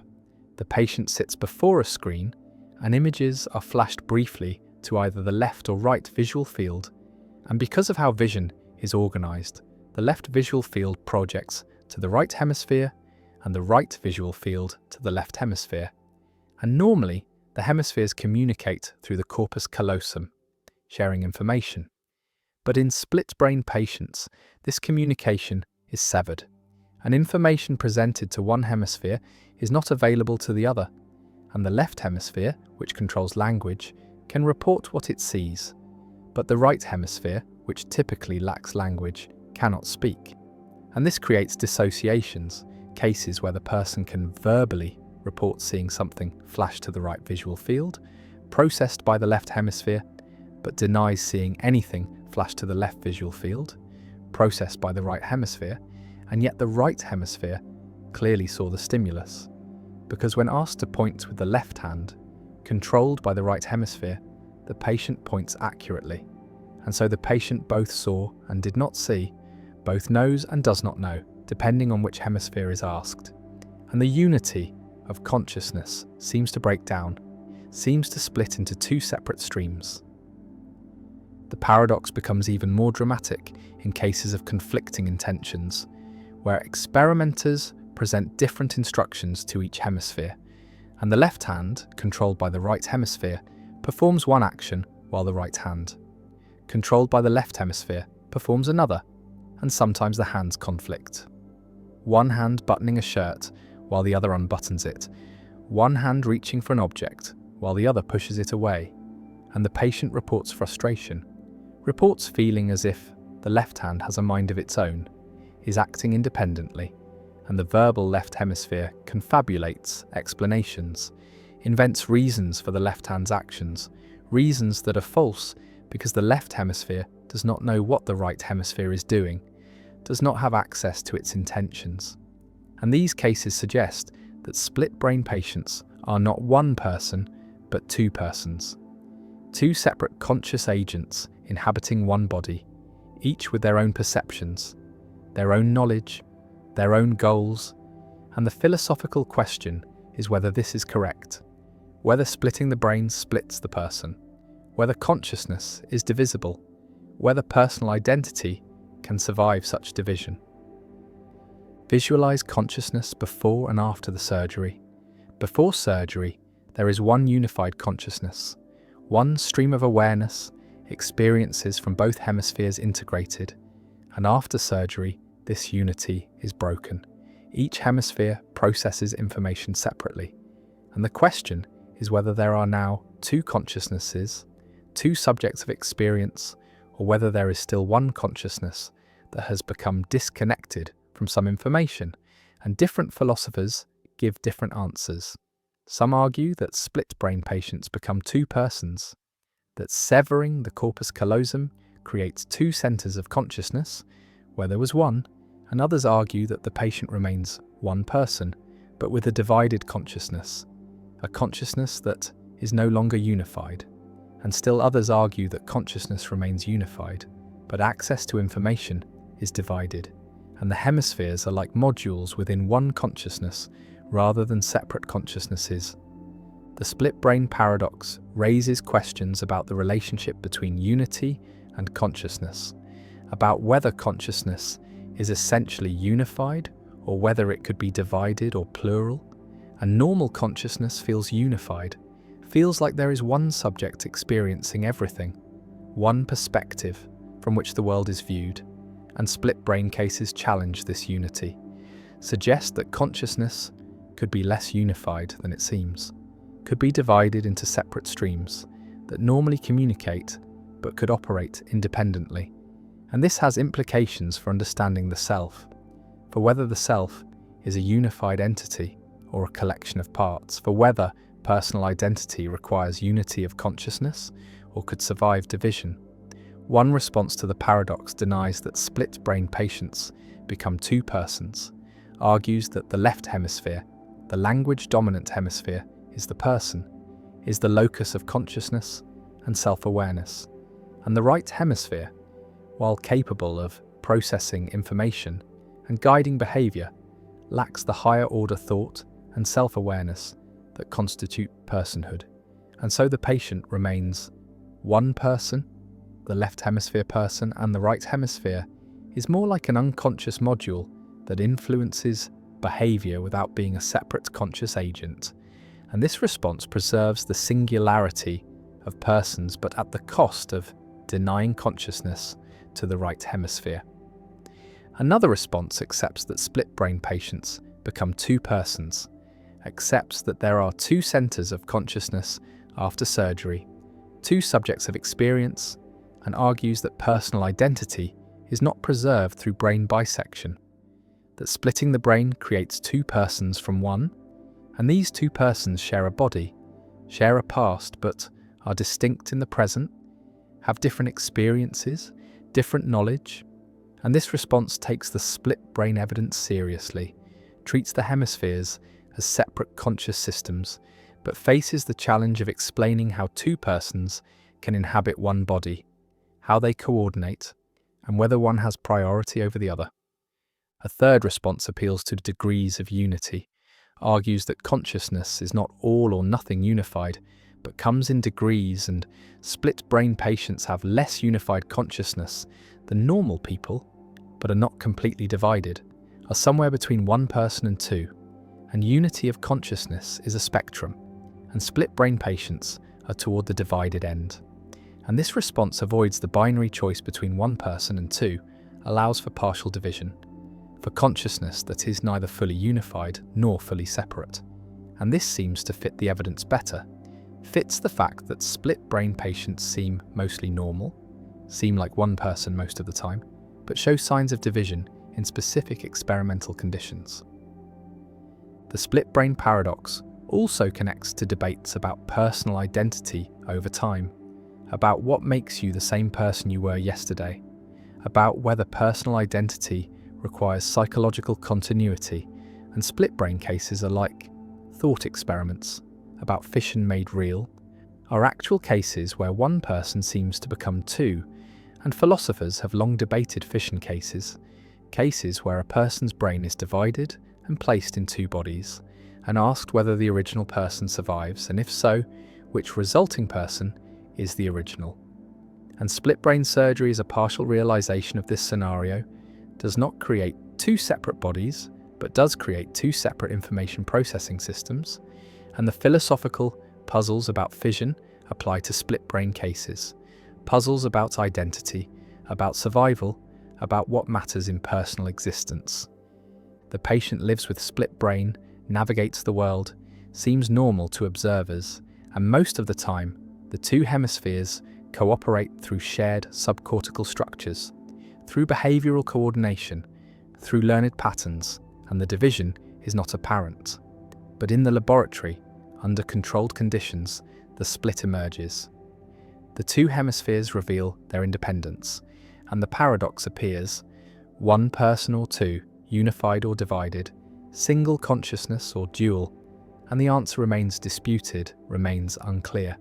And the split-brain paradox endures as one of the most fascinating and philosophically significant phenomena in neuroscience, a real-world case that challenges our understanding of consciousness, of unity, of personal identity, and of what it means to be one person rather than many. And the severed corpus callosum sits there, two hemispheres separated, and the question persists: is this one mind or two? And the paradox remains unsolved, perhaps unsolvable, a permanent puzzle about the nature of self and consciousness. The surprise examination paradox. A teacher announces to a class on Friday afternoon that there will be a surprise examination sometime during the following week, and the examination will be a surprise in the sense that the students will not know on which day it will occur until the morning of the examination itself. And this announcement seems straightforward, even cruel perhaps, but harmless from a logical standpoint. Yet one clever student raises a hand and argues that the surprise examination is impossible, that it cannot occur, and the reasoning goes as follows. The examination cannot be on Friday because if it has not occurred by the end of Thursday, then the students will know it must be on Friday, and therefore it will not be a surprise, and if Friday is ruled out, then the examination cannot be on Thursday either, because if it has not occurred by the end of Wednesday, then the students will know it must be on Thursday, since Friday has been eliminated, and therefore it will not be a surprise. And this reasoning continues backward through the week, eliminating Wednesday, Tuesday, and Monday in turn, until the student concludes that the surprise examination cannot occur on any day of the week, that the teacher's announcement is self-contradictory, that a surprise examination is logically impossible. The class relaxes, confident in this reasoning, and then on Wednesday morning, the teacher administers the examination, and the students are indeed surprised, and this outcome seems to vindicate the teacher and refute the student's argument. Yet the student's reasoning appeared sound. Each step seemed to follow logically from the previous one, and so a paradox emerges. The surprise examination both is and is not possible.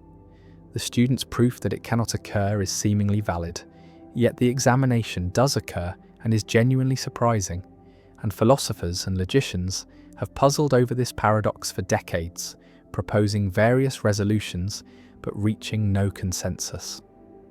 One approach is to question what surprise means, to argue that the student's reasoning equivocates between different senses of surprise or knowledge, that ruling out Friday does not give the students the kind of knowledge that would make Thursday non-surprising, because the teacher could change plans, could decide not to give an examination at all, could be mistaken about the week, and so even if the students can deduce that the examination must be on Thursday if it occurs that week, they do not know with certainty that it will occur, and this residual uncertainty preserves the possibility of surprise.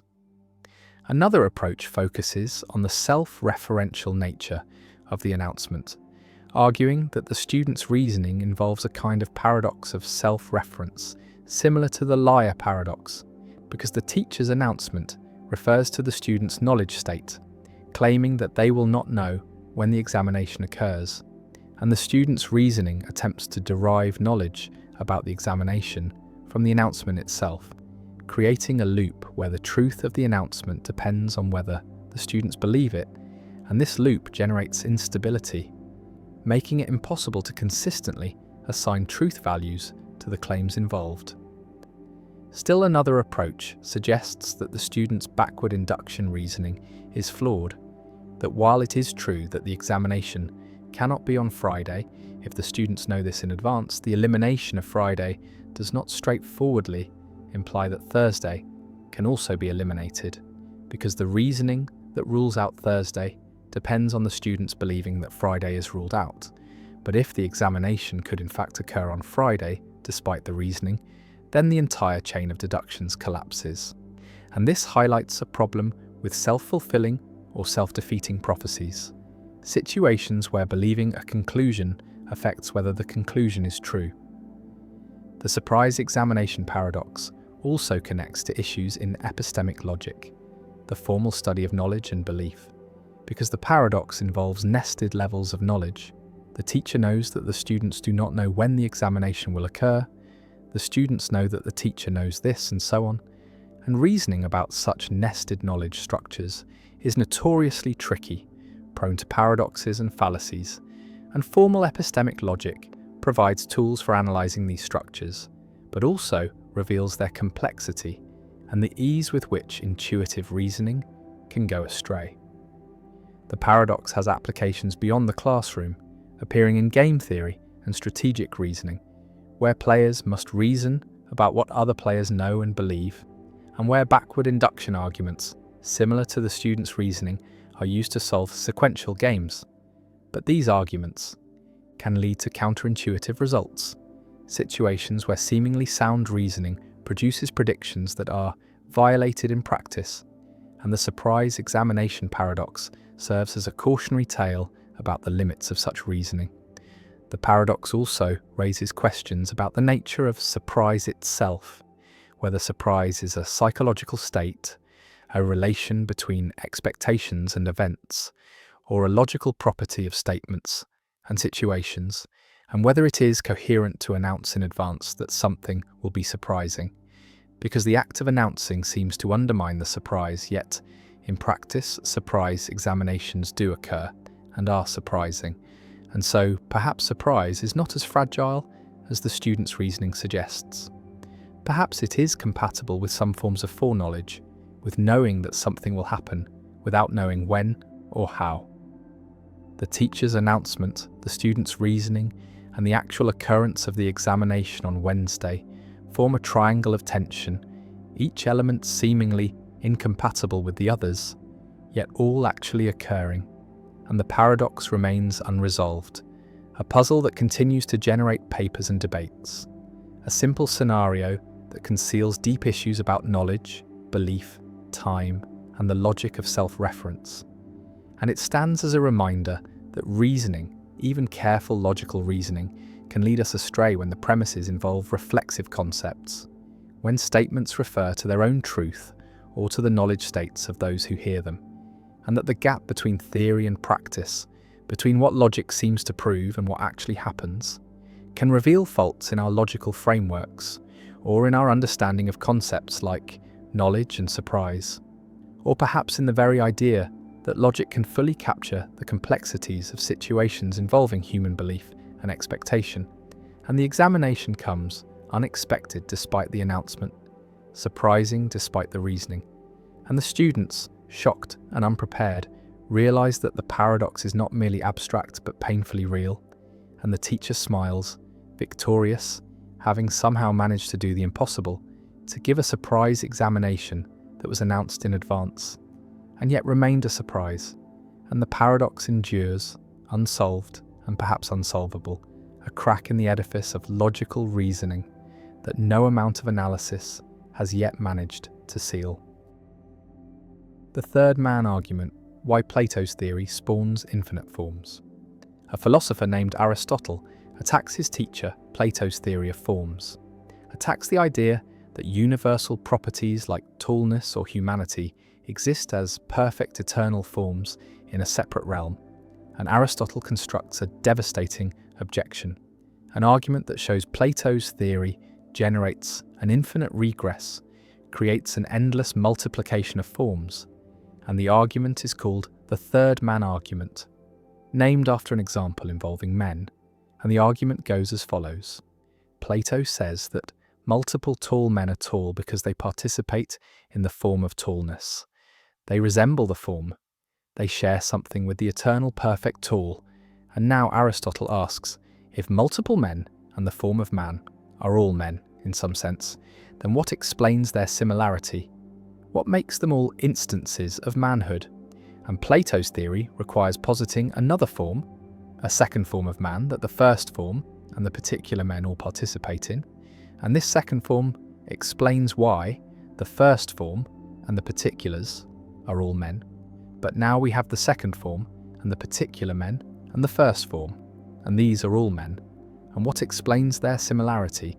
And Plato's theory requires a third form, a third man, and this generates infinite regress, infinite forms, and the explanation never grounds, never stops, never reaches a final form that explains all similarity. And this is the third man argument, a reductio ad absurdum of Plato's theory of forms, showing that the theory is self-defeating, generates infinite regress, and cannot explain what it was designed to explain. Imagine the structure. Multiple particular tall men exist. Call them Tom and Tim and Ted, and they are all tall, and Plato explains this by saying they all participate in the form of tallness. Call it Form 1, and Form 1 is the perfect tall. is what makes Tom and Tim and Ted tall, and they are tall by resembling Form 1. But now notice that Tom and Tim and Ted and Form 1 are all tall. All share the property of tallness, and by Plato's own reasoning, this similarity requires explanation, requires a form that they all participate in. And so we need Form 2, a second form of tallness that explains why Form 1 and the particular men are all tall. And now we have Form 1 and Form 2 and the particular men all tall. And this similarity requires explanation, requires Form 3. And the regress continues infinitely. And tallness is not explained by a single form, but by an infinite hierarchy of forms. And this infinite hierarchy is vicious, is problematic, because each form was supposed to explain similarity, was supposed to ground the property, but the grounding never completes, requires further forms endlessly. The third man argument reveals a deep problem with Plato's theory. The problem is that forms are supposed to explain why particulars have properties, but forms themselves have properties. The form of tallness is tall, the form of beauty is beautiful. And if forms have the properties they explain, then they fall under their own domain, are subject to the same explanation they provide. And this creates regress, creates the need for higher order forms. And the regress is vicious because it undermines the explanatory role of forms, shows that forms do not actually explain anything, do not provide ultimate ground. And Aristotle uses this argument to reject Plato's separate forms, to argue that forms must exist in particulars, not in a separate realm, and that resemblance is primitive, not explained by participation in forms. Visualize the regress as a ladder. At the bottom are particular tall men. At the next rung is Form 1 that explains their tallness. At the next rung is Form 2 that explains why Form 1 and the men are all tall. At the next rung is Form 3, and the ladder extends infinitely upward, never reaching a final rung, never grounding the explanation. And climbing the ladder does not bring us closer to understanding tallness, only pushes the question higher. And the third man argument shows that Plato's theory is a ladder to nowhere, is an explanatory structure that generates infinite regress rather than providing genuine explanation. One response to the third man argument, a response Plato himself may have considered, denies that forms have the properties they explain, denies that the form of tallness is itself tall, argues that forms are paradigms, are perfect standards, but do not instantiate the properties they ground. And the form of tallness is not tall, but is what tallness is the nature of tallness. And particulars are tall by resembling the form, but the form does not resemble itself, does not participate in itself. And this blocks the regress because there is no need to explain why the form and the particulars are both tall. The form is not tall, and only particulars are tall, and the regress does not start. And this response requires distinguishing between being a property and instantiating a property, requires that forms be properties without having properties. And this is metaphysically subtle, requires careful formulation. Another response accepts that forms instantiate themselves, accepts that the form of tallness is tall, but denies that this requires further explanation, denies that the form and particulars being tall needs to be explained by a higher form, argues that the form is self-explanatory, is the ground of tallness, and the fact that the form is tall is not a further fact requiring explanation, but is constitutive of what the form is, and this response blocks the regress by denying the premise that all similarity requires explanation, allows that some similarity is primitive, is not explained by further forms, and the form of tallness being tall is primitive, grounds other tallness, but does not itself need grounding. A third response from Aristotle's own position rejects Plato's separate forms entirely, argues that universals exist in particulars not in a separate realm, and tallness exists in tall men, is immanent, not transcendent. And this avoids the third man regress because there is no separate form that is itself tall. Forms are not separate entities but are aspects of particulars, and the regress does not arise because there is no form that shares the property with particulars. And Aristotle's immanent realism avoids the third man argument by changing the metaphysical location of universals, putting them in the world rather than in a separate realm. The third man argument has influenced debates about universals throughout history, has been revived and refined, has been applied to various theories of properties, and the argument shows that any theory that posits entities to explain resemblance must be careful not to make those entities instances of what they explain, must avoid the structure that generates regress, and modern theories of properties, trope theories, and resemblance nominalism and immanent realism all have been shaped by the need to avoid the third man regress. All have been designed to explain properties without generating infinite hierarchies. The argument also appears in discussions of sets and classes, because Russell's paradox is structurally similar, asks whether the set of all sets that do not contain themselves contains itself, and generates contradiction, and avoiding Russell's paradox requires type theory or other restrictions that prevent sets from being members of themselves, and these restrictions are analogous to the restrictions needed to avoid the third man argument, are ways of preventing entities from falling under their own domain, and both paradoxes show that self-reference creates problems, creates regress or contradiction, and metaphysical theories must be structured to avoid self-application. Plato's forms stand in the realm of perfect ideas, tall and beautiful and just, and the particular men stand in the physical world, tall by participation in forms, and the third man appears. The need for a second form to explain why the first form and the men are similar, and then the fourth man, the fifth, infinite, regress, and Aristotle's argument stands, devastating and elegant, showing that Plato's theory contains internal incoherence, generates infinite regress, and cannot provide the explanation it promises. And the third man argument endures as one of the most famous arguments in ancient philosophy, an argument that shaped the development of metaphysics, influenced all subsequent theories of universals, and remains a permanent challenge to any theory that posits abstract entities to explain similarity. And the third man waits, hovering above the first and second, and the regress continues, and Plato's theory falters, and the argument persists.